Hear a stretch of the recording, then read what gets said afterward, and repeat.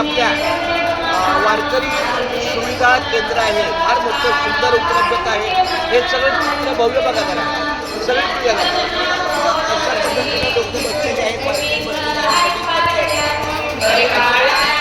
अशा या पावलीमय वातावरणामध्ये मी आपला रामकृष्ण हरी विठ्ठल केशवा गोविंद माधवा या नाममंत्र जपाचं लेखन करत आहे.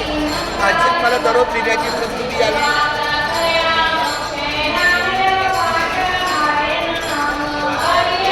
एका बाजूला माझा हा मोबाईल सुद्धा चार्जिंग होतोय.